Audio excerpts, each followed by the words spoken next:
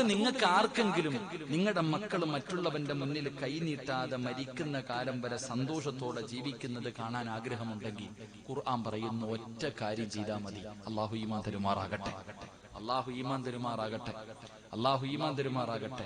ഒരു കാര്യം ചെയ്ത മരിക്കുന്ന കാലം വരെ ഒരുത്തന്റെ മുന്നിൽ കൈനീട്ടാതെ സന്തോഷത്തോടെ എന്റെ പ്രിയമുള്ളവരെ പട്ടിണിയില്ലാതെ കിടക്കാം. അല്ലാഹു ഭാഗ്യം തരുമാറാകട്ടെ. ഇപ്പൊ എല്ലാരും പേടിയാ ഉസ്താദെ, ഗൾഫൊക്കെ തകർന്നു, ഗൾഫൊക്കെ തകർന്നു, കേന്ദ്രത്തിന്റെ ഭരണം അതാണല്ലോ ഇപ്പൊ പറയണേ.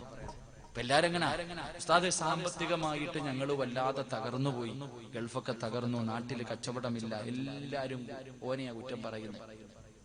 എല്ലാരും കേന്ദ്ര സർക്കാരിനെയും കേരള സർക്കാരിനെയും GSTയെയും ഇതൊക്കെയാ കുറ്റം പറയുന്നത്. എന്തിനാ ചങ്ങാതി നീ കുറ്റം പറയുന്നത്? നിന്റെ ഉമ്മാടെ വയറ്റിൽ കിടന്നപ്പോഴേ അള്ള തീരുമാനിച്ച കാര്യങ്ങളൊക്കെ അല്ലേ ഇതൊക്കെ. അതുകൊണ്ട് ഞാൻ പറയുന്നു, ഇനി ലോകത്ത് മൂന്നാം ലോക ഒരു മഹായുദ്ധം ഉണ്ടായാലും നിന്റെ കുടുംബത്തിൽ ഒരു നഷ്ടം ഉണ്ടാവത്തില്ല. അല്ലാഹു ഈമാൻ തരുമാറാകട്ടെ. ഞാൻ പറയുന്ന ഒരു കാര്യം ചെയ്താൽ ഒരിക്കലും ഒരാളുടെ മുന്നിലും കൈനീട്ടാതെ പട്ടിണിയില്ലാതെ മരിക്കുന്നത് വരെ ജീവിക്കാം. അല്ലാഹു ഭാഗ്യം തരുമാറാകട്ടെ, അല്ലാഹു ഭാഗ്യം തരുമാറാകട്ടെ. ഞാനൊരു കാര്യം പറഞ്ഞു തരാം, പൈസ ചെലവില്ലാത്തതാ. രാത്രി എഴുന്നേറ്റ് നിസ്കരിക്കണമെന്നോ വീടിന്റെ പ്രമാണം കൊണ്ട് വിറ്റേക്കണമെന്നൊന്നല്ല, പേടിക്കണ്ട. ഒരു ബുദ്ധിമുട്ടും ഇല്ലാത്ത ഒരു നല്ല കാര്യം പറഞ്ഞു തരാം. അല്ലാഹു പഠിക്കാൻ ഭാഗ്യം തരുമാറാകട്ടെ. ചെയ്യാന്നുള്ളവരൊക്കെ ഒന്ന് കൈപൊക്കിക്കും.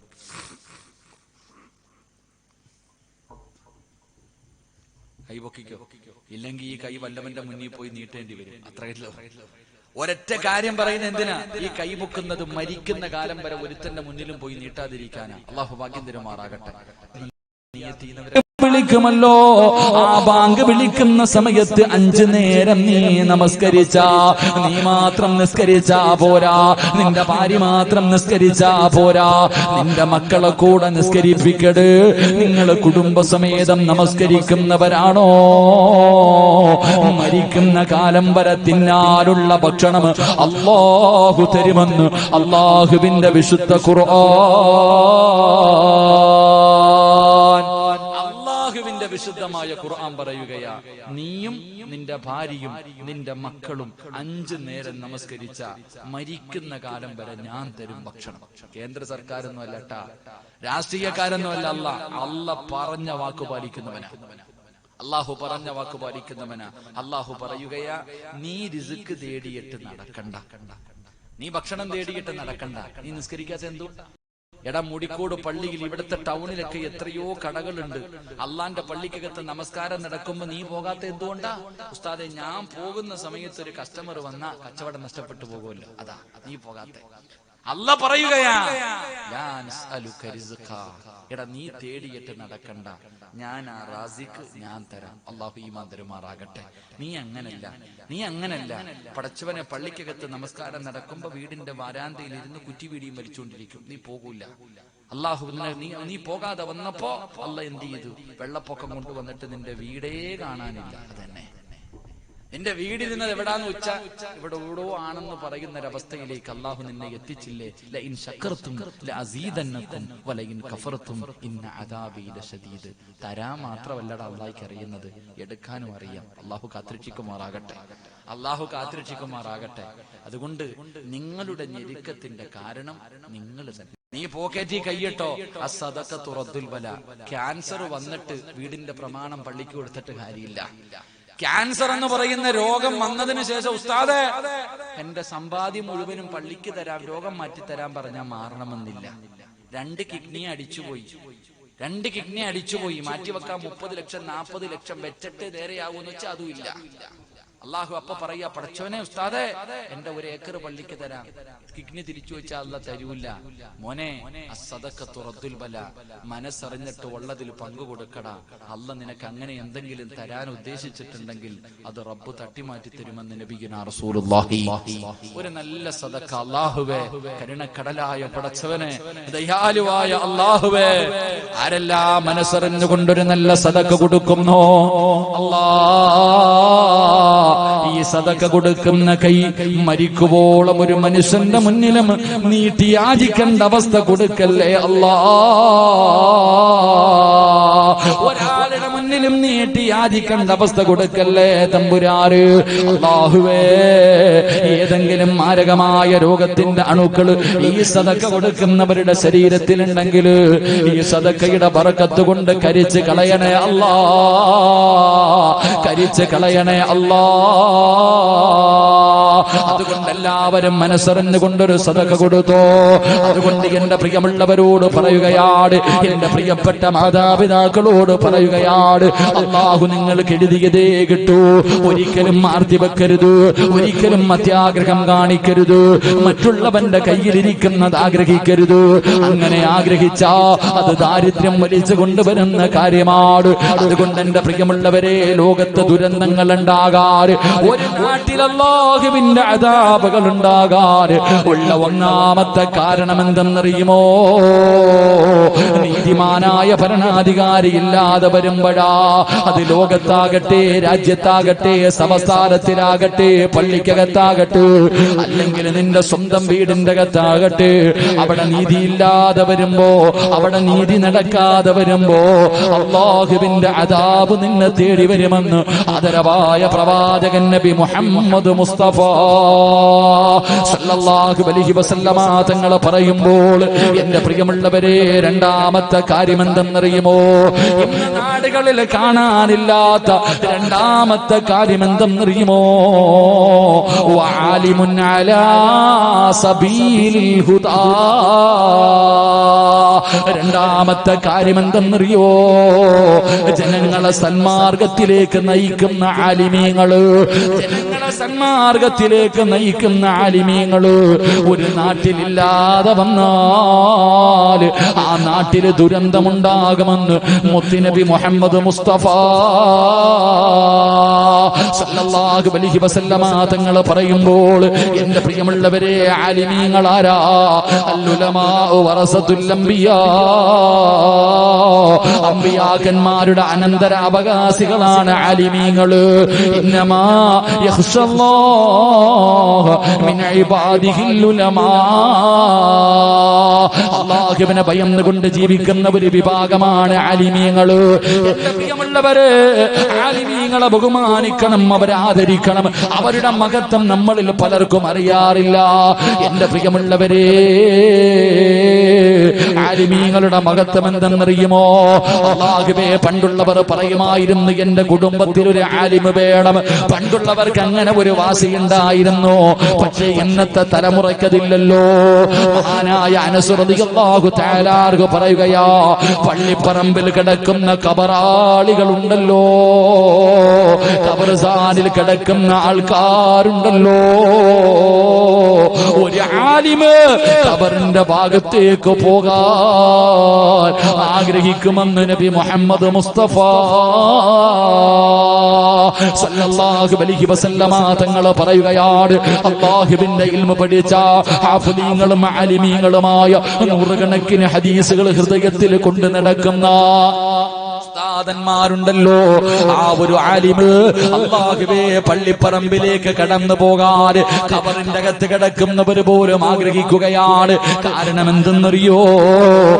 ആലിമിന്റെ ബർക്കത്ത് കൊണ്ട് അല്ലാഹു ഖബറാളികൾക്ക് പോലും പുറത്തു കൊടുക്കുമെന്ന് നബി മുഹമ്മദ് മുസ്തഫ സല്ലല്ലാഹു അലൈഹി വസല്ലമ തങ്ങൾ പറയുമ്പോൾ, എന്റെ പ്രിയമുള്ള സഹോദരാ, ആലിമീങ്ങളുടെ മരണമുണ്ടല്ലോ, ഭയക്കണം ചെറുപ്പക്കാരാ, ഭയക്കണം മുസ്ലിമേ, ഞാനും നിങ്ങളും ഭയക്കണം. ആലിമീങ്ങളുടെ മരണമുണ്ടല്ലോ. മഹാനായ ഇബ്നു അബ്ബാസ് റളിയല്ലാഹു തആല അൻഹു പറയുകയാ, അല്ലാഹുവിന്റെ പ്രവാചകന്റെ സ്വഹാബി സയ്യിദ് റളിയല്ലാഹു തആല അൻഹു അതാ കാതിബുൽ വഹി എന്നറിയപ്പെടുന്ന സ്വഹാബിയാണ്. ആ സ്വഹാബിയുടെ ചാരത്ത് നിന്നിട്ടല്ലേ ഇബ്നു അബ്ബാസ് തങ്ങൾ പറഞ്ഞത്, അതാ ഇൽമു അല്ലാഹു തിരിച്ചെടുക്കുമെന്ന് പറയുന്നത് ഇങ്ങനെയാണ്. അവിടെന്ന് പറയുകയാ, ആലിമീങ്ങളുടെ മരണം ലോകത്തിന്റെ നാശത്തിന്റെ അടയാളവാ. ഈ ആകാശം മുഴുവനും നക്ഷത്രങ്ങൾ മുഴുവനും നമ്മുടെ തലയിലേക്ക് വീടാ സമയമായി, ഈ ഭൂമി തകരാ സമയമായി. അതിന്റെ അടയാളമാണ് ആലിമീങ്ങളുടെ മരണം. എന്റെ പ്രിയമുള്ളവരെ, ഒന്ന് എടുത്തു നോക്ക്. എന്റെ പ്രിയപ്പെട്ടവരെ, ഈ അടുത്ത് മരണപ്പെട്ടു പോയ, ഒരു വർഷത്തിന്റെ ഇടയിൽ മരണപ്പെട്ടു പോയ ആലിമീങ്ങളുണ്ടല്ലോ. സംഘടനകൾ പറയേണ്ടതിനപ്പുറത്ത് എന്റെ പ്രിയമുള്ളവരെ, പ്രിയമുള്ളവരെ, സമസ്തയുടെ 12 13 ആലിമീങ്ങള്, അതുപോലെ പടച്ചവനെ മറ്റ് വിഭാഗങ്ങള്, അല്ലാഹുവേ ആലിമീങ്ങൾ മുഴുവനും ആലിമീങ്ങളാ. അവിടെ സംഘടനയില്ലല്ലോ. അല്ലാഹുവിന്റെ ഇൽമ പഠിച്ച ആലിമീങ്ങള്, അൽഉലമാഉ വറസത്തുൽ അംബിയാ, അവർ അല്ലാഹുവിന്റെ പ്രവാചകന്റെ അനന്തരാവകാശികളാ. ഇവരാരും തമ്മിലടിക്കാ പറയുന്നില്ല, ഇവരാരും കളിയാക്കാ പറയുന്നില്ല, ഇവരാരും ഒരുത്തനെയും കുത്തിക്കൊല്ലാ പറയുന്നില്ല. കാരണം അവര് ആലിമാണ്, അവരല്ലാഹുവേ ആലിമാണ്. പടച്ചവനെ അവരെ കുറിച്ച് എന്റെ പ്രിയമുള്ളവരെ, അവരുടെ മരണമുണ്ടല്ലോ ഈ ലോകത്തിന്റെ നാശമാണ്, ഈ ലോകത്തിന്റെ നാശമാണെന്ന് ചരിത്രം പറയുമ്പോ ആലിമിന്റെ മഹത്വം പഠിക്കണം മുസ്ലിമേ, എന്റെ പ്രിയമുള്ളവരെ. പക്ഷേ നമ്മളിൽ പലർക്കും അത് തിരിയാറില്ല. ആലിമിന്റെ മഹത്വം എന്താണെന്ന് പഠിക്കണം. അള്ളാഹു നമുക്ക് ഭാഗ്യം നൽകുമാറാകട്ടെ. എന്റെ പ്രിയമുള്ള സഹോദരങ്ങൾ, ഒരൊറ്റ സംഭവം ഞാൻ പറയാം. അഹ്മദ് സൈനി ദഅലാൻ റളിയല്ലാഹു തആല അൻഹു മഹാനവറുകൾ പറയുകയാ, ഒരു ആലിമിന്റെ മഹത്വം ഞാൻ പറയാം. അല്ലാഹുവേ, ഒരു നാട്ടിലും മഴയില്ല, ഒരു നാട്ടിലും മഴയില്ല. ജനങ്ങൾ മുഴുവനും വെള്ളം കിട്ടാതെ വല്ലാത്ത പ്രയാസത്തിലായി. അങ്ങനെ എല്ലാവരും കൂടെ ഒരു സ്ഥലത്ത് ഒരുമിച്ചുകൂടി, നാട്ടുകാർ മുഴുവനും ഒരു സ്ഥലത്ത് ഒരുമിച്ചുകൂടി. എന്നിട്ട് ദുആ ചെയ്തു, അല്ലാഹുവേ നീ ഞങ്ങൾക്ക് മഴ നൽകണം. എല്ലാവരും ദുആ ചെയ്യുകയാണ് അല്ലാഹുവിന്റെ മുന്നിലേക്ക്. എല്ലാവരും പടച്ചവനെ അവിടെ നിന്ന് ദുആ ചെയ്തു, പടച്ചവനെ ഞങ്ങൾക്ക് നീ മഴ തരണം. എല്ലാവരും അല്ലാഹുവിനോട് ദുആ ചെയ്തു. പക്ഷെ മഴ പെയ്യണില്ല. ഒരു നാട് മുഴുവനും ഒരിടത്ത് ഒരുമിച്ച് കൂടിയിട്ട് റബ്ബിന്റെ മുന്നിൽ കരങ്ങൾ ഉയർത്തി ദുആ ചെയ്തിട്ട് മഴ കിട്ടുന്നില്ല. എല്ലാവരും വളരെ ദുഃഖത്തിൽ, പ്രയാസത്തിൽ, വേദനയോടെ എല്ലാവരും പടച്ചവനെ ഞങ്ങളുടെ ദുആ അല്ലാഹു സ്വീകരിച്ചില്ലല്ലോ എന്ന വേദനയോടുകൂടി ഇരിക്കുമ്പോ അല്ലാഹുവേ പടച്ചവനെ, ഒരു പാവപ്പെട്ട മനുഷ്യൻ ഇങ്ങനെ നടന്നു വരിക. ആ നാട്ടുകാരനല്ല, ഒരു പാവപ്പെട്ട മനുഷ്യൻ ഇങ്ങനെ നടന്നു വരുന്നു. ജനങ്ങൾ മുഴുവനും വല്ലാത്ത പ്രയാസത്തിൽ ഇരിക്കുന്നത് കണ്ടപ്പോ അവിടെ നിന്ന് ചോദിച്ചു, എന്തു പറ്റി? ഞങ്ങളെല്ലാവരും വല്ലാത്ത ദുഃഖത്തിലാണല്ലോ, എന്തു പറ്റി? മഹാനവറുകളോട് പറഞ്ഞു, ഞങ്ങൾ എല്ലാവരും മഴയില്ലാതെ വന്നപ്പോ ഈ നാട്ടുകാർ മുഴുവനും ഒരുമിച്ച് കൂടിയിട്ട് അല്ലാഹുവിനോട് മഴ പെയ്യാൻ ദുആ ചെയ്തു, മഴ കിട്ടിയില്ല. അതിന്റെ ദുഃഖത്തിലാണ് ഞങ്ങൾ എല്ലാവരും, പ്രയാസത്തിലാണ് ഇരിക്കുന്നതെന്ന് പറയുമ്പോൾ ആ മനുഷ്യൻ പറഞ്ഞു, ഞാനൊന്ന് ദുആ ചെയ്യട്ടെ. ആലിമൊന്നുമല്ല, ആലിമോ പണ്ഡിതനോ ഒന്നുമല്ല, വലിയൊന്നുമല്ല. ആ മനുഷ്യൻ പറഞ്ഞു, ഞാനൊന്ന് ദുആ ചെയ്യാം. അവിടെ നിന്ന് 2 റക്അത്ത് നമസ്കരിച്ചു. ചരിത്രം പറയുന്നു, ആ മനുഷ്യൻ 2 റക്അത്ത് നിസ്കരിച്ചു. എന്നിട്ട് എന്റെ പ്രിയമുള്ള സഹോദരങ്ങളെ, ആ മനുഷ്യൻ അല്ലാഹുവിനോട് ദുആ ചെയ്തു, അല്ലാഹുമ്മ ബിഹഖി മാ ഫീ റഅസി. അല്ലാഹുവിനോട് ദുആ ചെയ്തു, പടച്ചവനെ എന്റെ ഈ കണ്ണിന്റെ ബർക്കത്ത് കൊണ്ട് നീ ഇവർക്ക് മഴ കൊടുക്കണേ അല്ലാഹ്. വേറെ ഒന്നും ദുആ ചെയ്തില്ല. അവിടെ നിന്ന് അല്ലാഹുമ്മ ബിഹഖി മാ ഫീ റഅസി. എന്റെ പ്രിയമുള്ളവരെ, അല്ലാഹുവേ, ആ മനുഷ്യൻ അല്ലാഹുവിനോട് ദുആ ചെയ്തു, പടച്ചവനെ എന്റെ കണ്ണിന്റെ ബർക്കത്ത് കൊണ്ട് നീ ഇവർക്ക് മഴ കൊടുക്കണേ തമ്പുരാനെ. ദുആ ചെയ്ത് തീരേണ്ട താമസം ആകാശത്ത് നിന്ന് മഴത്തുള്ളികൾ ഭൂമിയിലേക്ക് പെയ്തിറങ്ങി. അപ്പൊ എല്ലാരും ചോദിച്ചു, എന്തേ നിങ്ങളുടെ കണ്ണിന്റെ ബർക്കത്ത് എന്താ? അവിടെ നിന്ന് ചോദിച്ചു, ഹാദാനി ഐനാനി റഅയ്നാ യസീദ് അൽ ബിസ്താമി. മഹാനവറുകൾ അവിടെ നിന്ന് പറഞ്ഞു കൊടുത്തു. എല്ലാവരും ചോദിച്ചു, എന്തേ നിങ്ങളുടെ കണ്ണിന് ഇത്ര ബർക്കത്ത് എന്തേ? ആ സമയത്ത് മഹാനവറുകൾ അവിടെ നിന്ന് പറഞ്ഞു കൊടുത്തു, അബൂ യസീദ് അൽ ബിസ്താമി എന്ന് പറയപ്പെടുന്ന താബിഈങ്ങളിൽപ്പെട്ട ലോകം അറിയുന്ന ഒരു പണ്ഡിതനെ കണ്ട കണ്ണായത്.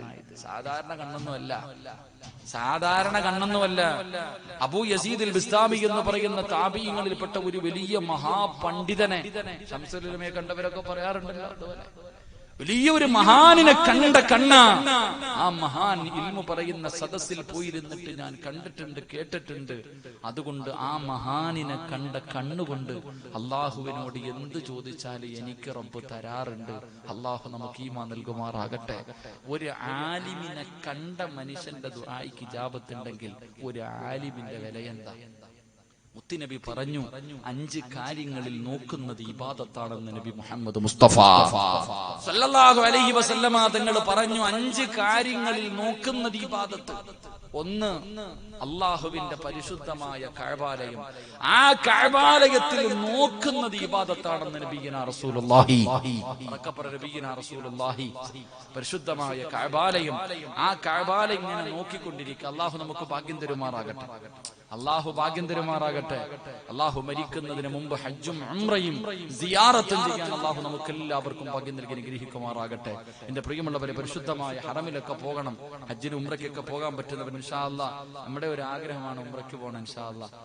പരിശുദ്ധമായ റബീഉൽ അവ്വൽ മാസത്തിൽ ഇൻഷാ അല്ലാഹ് ഉംറയ്ക്ക് പോകണം. അതാണല്ലോ ഒന്ന് മക്കത്ത് മദീനത്തൊക്കെ റബീഉൽ അവ്വലിന്റെ മാസത്തിൽ എല്ലാവരും വഅദിന്റെ തിരക്കുള്ള സമയം. ഞാൻ എന്തായാലും ഇൻഷാ അല്ലാഹ് ഈ റബീഉൽ അവ്വലിൽ മുത്തുനബിയുടെ ചാരത്ത് പോകാൻ തീരുമാനിച്ചു. അള്ളാഹു ഭാഗ്യം തരുമാറാകട്ടെ. അതൊക്കെ ദുആ ചെയ്യണം കേട്ടോ. ദുആ ചെയ്യോ? ഓസിനൊന്നും വേണ്ട. നിങ്ങളൊക്കെ ദുആ ചെയ്തിട്ട് ഞാൻ അവിടെ എത്തിയ അവിടെ ചെല്ലുമ്പോൾ നിങ്ങൾക്ക് വേണ്ടി ഞാനും ദുആ ചെയ്യാം. ഒരു പാല വിട്ട് അങ്ങോട്ടും ഇങ്ങോട്ടും പോകണമല്ലോ. അവിടെ ചെന്നാൽ നിങ്ങൾക്ക് ഞാനും ദുആ ചെയ്യാം. അള്ളാഹു ഭാഗ്യം തരുമാറാകട്ടെ. ഇവിടെ കണ്ടുള്ള ഒരു ഗ്രൂപ്പില്ലേടാ, എന്താ പേര്?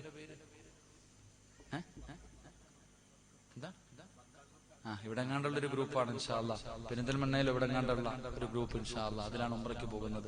എല്ലാവരും അള്ളാഹു പരിശുദ്ധമായ റബീഉൽ അവ്വൽ മാസത്തിൽ അള്ളാഹു ഭാഗ്യം തരുമാറാകട്ടെ.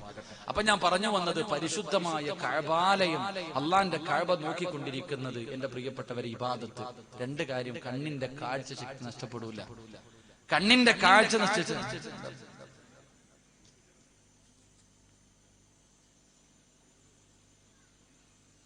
കിസ്വ എന്നാണ് അതിന്റെ പേര്. അൽഹംദുലില്ലാഹ്, നല്ല പേരാ.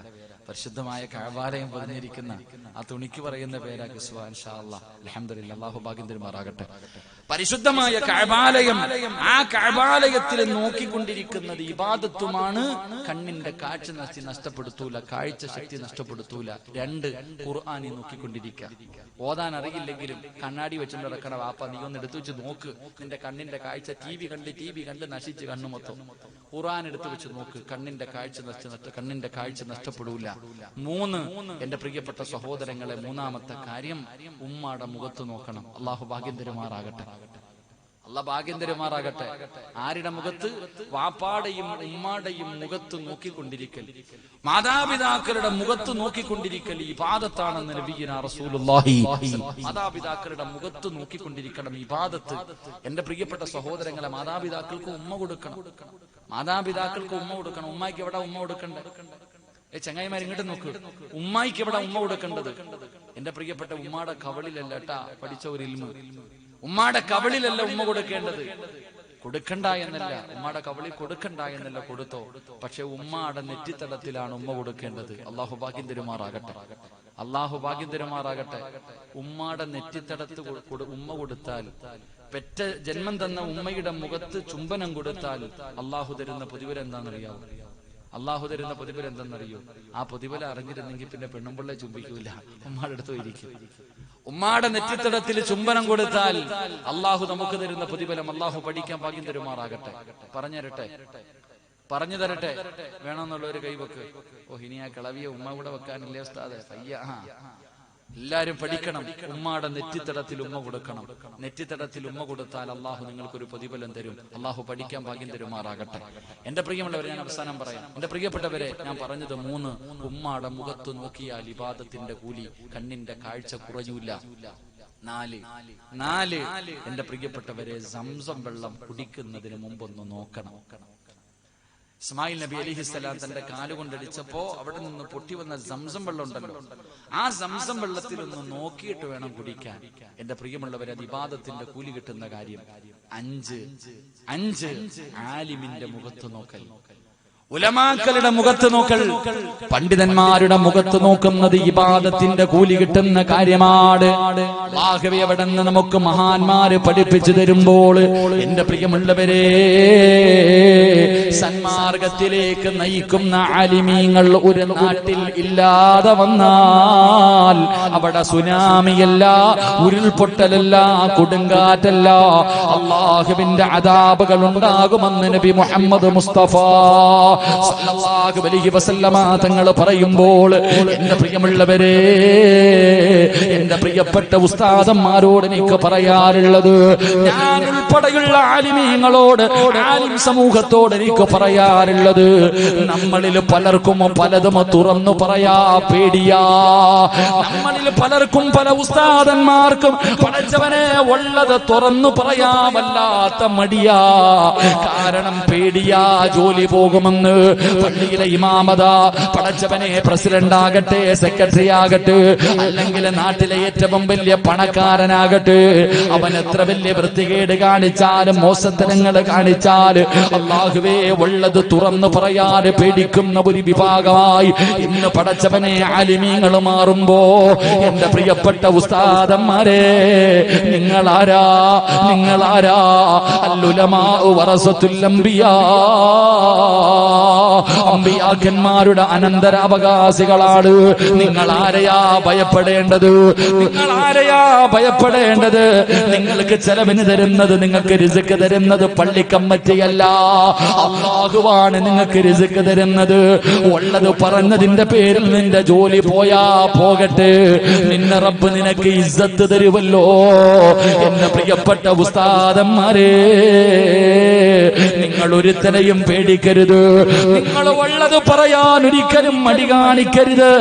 യവന്റെ മുഖത്ത് നോക്കിയിട്ടാണെങ്കിലും അല്ലാഹുവിന്റെ നിയമങ്ങൾ, അല്ലാഹുവിന്റെ ഇസ്ലാമിന്റെ ശരീഅത്തിന്റെ നിയമങ്ങൾ യവന്റെ മുഖത്ത് നോക്കിയിട്ടും പറയാനുള്ള ചങ്കൂറ്റം കാണിക്കണം.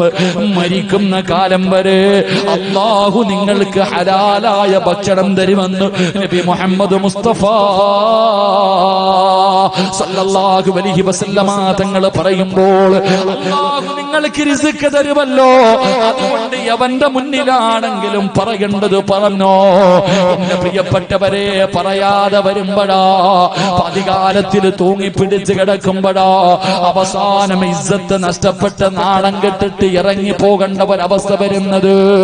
അതുകൊണ്ട് അല്ലാഹുവിന്റെ റസൂല് പറയുകയാ, സന്മാർഗത്തിലേക്ക് നയിക്കുന്ന ആലിമീങ്ങള് ഇല്ല എന്ന് ഞാൻ പറയുന്നില്ല.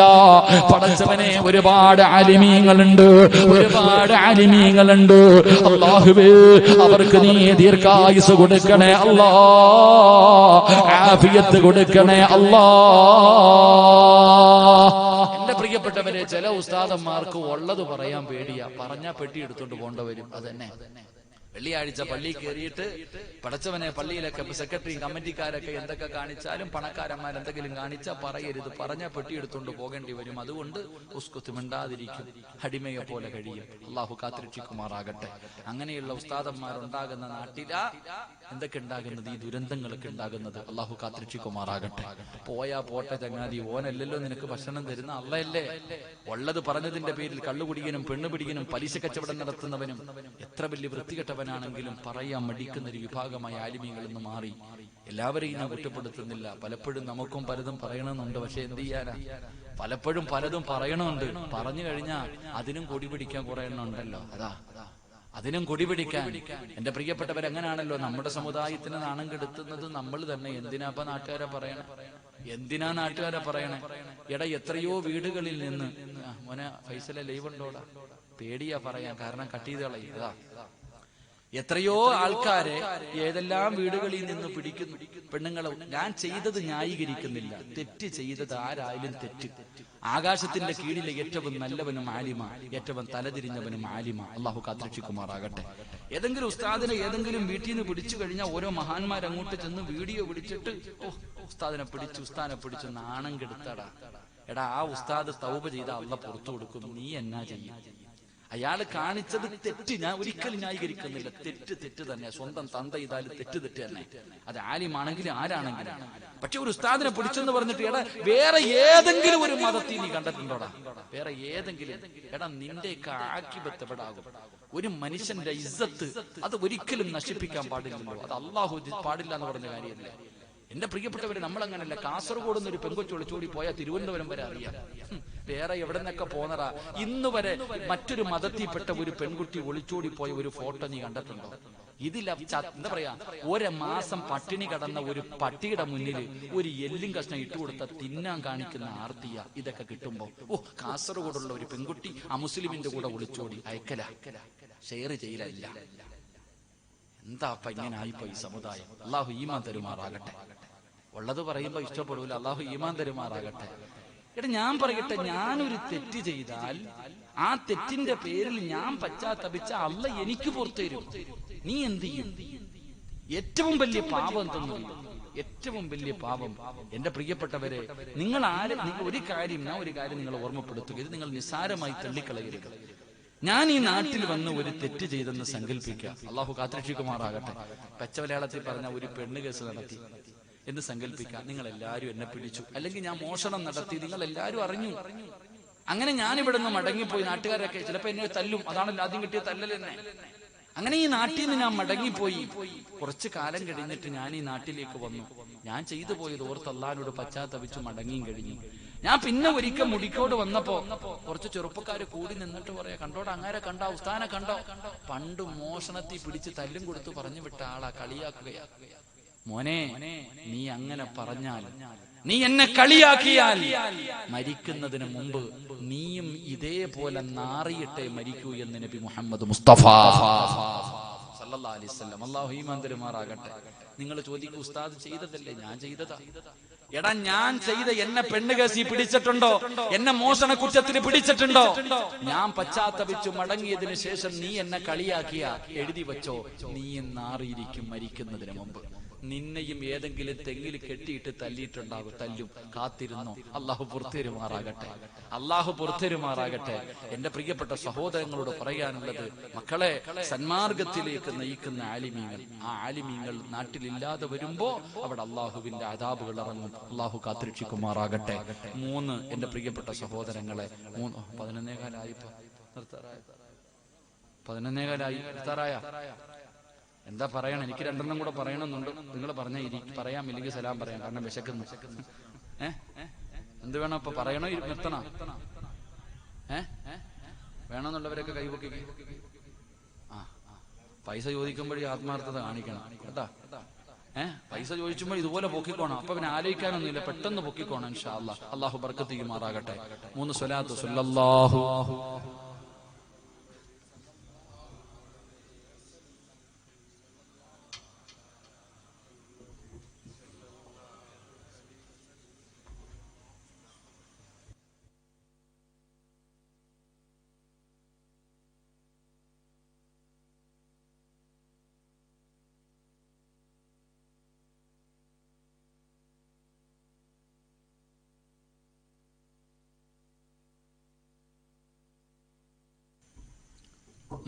അള്ളാഹു സ്വീകരിക്കുമാറാകട്ടെ.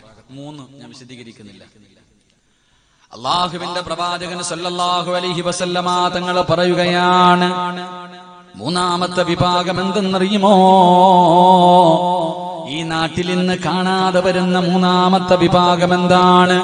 റസൂലുള്ള പറയുന്നു, വമശായിഖ യഅ്മുറൂന ബിൽ മഅറൂഫ് വയൻഹൗന അനിൽ മുൻകർ. അല്ലാഹുവിന്റെ പ്രവാചകൻ പറയുകയാണ്, തെറ്റ് കണ്ടാൽ തിരുത്തുന്ന, തെറ്റ് തെറ്റാണെന്ന് പറയുന്ന, നന്മ കൊണ്ട് ഉപദേശിക്കുകയും തിന്മ കണ്ടാൽ തടയുകയും ചെയ്യുന്ന പ്രായമുള്ള ഒരു വിഭാഗം ഒരു നാട്ടിലില്ലാതെ വന്ന അവിടെ ദുരന്തമുണ്ടാകുമെന്ന് നബി മുഹമ്മദ് മുസ്തഫ സല്ലല്ലാഹു അലൈഹി വസല്ലമ തങ്ങൾ പറയുമ്പോൾ, എന്റെ പ്രിയമുള്ളവരെ, പണ്ടൊക്കെ നാട്ടില് പ്രായം ചെന്നവര് ഒരു തെറ്റ് കണ്ട അവർ പിടിച്ചു നിർത്തിയിട്ടത് തിരുത്തുമായിരുന്നു.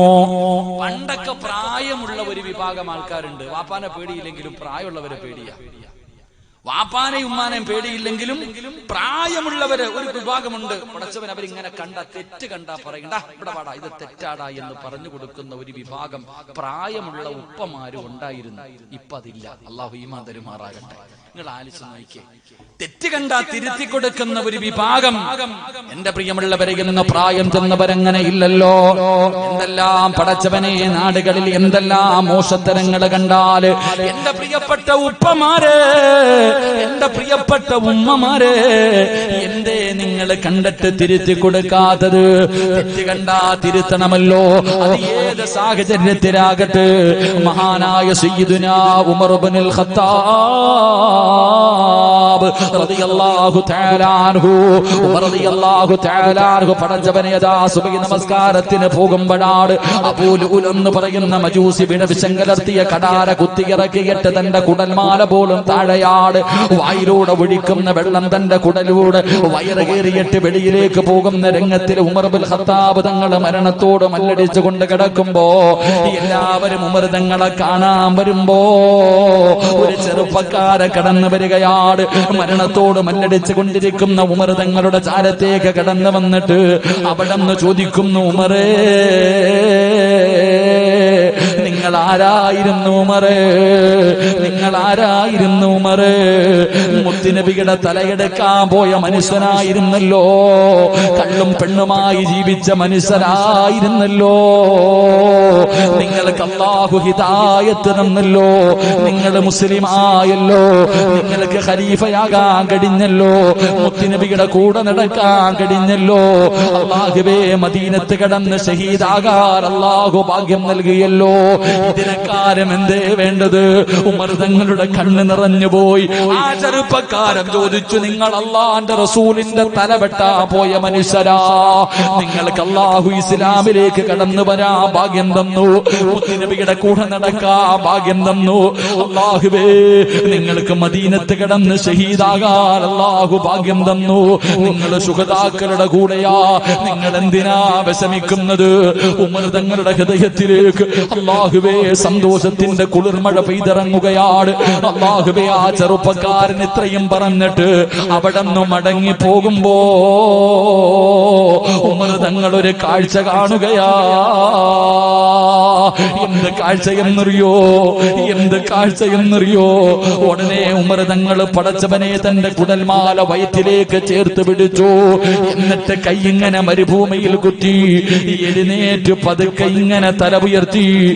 എന്നിട്ട് വിളിക്കുന്നു, യാ ബുനയ്യ, യാ അഖീ, പൊന്നുമോനെ, പൊന്നുമോനെ. തനിക്കൊരുപാട് സന്തോഷമുള്ള വാർത്തകൾ പറഞ്ഞിട്ട് മടങ്ങി പോകുന്ന ചെറുപ്പക്കാരന് ഉമർ തങ്ങൾ വിളിച്ചിട്ട് പറയുന്നു, മോനെ, നിന്റെ വസ്ത്രം ഞെരിയാണിക്ക് താഴെ കിടക്കുകയാ. അത് അഹങ്കാരത്തിന്റെ അടയാളവാ. അത് അല്ലാഹുവിന് ഇഷ്ടപ്പെട്ട കാര്യമല്ല. എന്റെ പൊന്നുമോനെ, ആ തുണിയൊന്ന് ഉയർത്തുമോനെ. മരണത്തിന്റെ വേളയിൽ കിടന്ന് പിടയുമ്പോൾ തന്റെ കണ്ണിന്റെ മുന്നിൽ നടന്ന തെറ്റ്, എന്റെ കണ്ണുകൊണ്ട് കണ്ട തെറ്റ് ഉമർ തങ്ങൾ തിരുത്തി കൊടുത്തെന്ന് ചരിത്രം പറയുമ്പോ, എന്റെ പ്രിയപ്പെട്ട ഉമ്മ, എന്റെ പ്രിയപ്പെട്ട വാപ്പാ, എന്തെല്ലാം തെറ്റുകളാ നിന്റെ കണ്ണിന്റെ മുന്നിൽ കാണുന്നത്?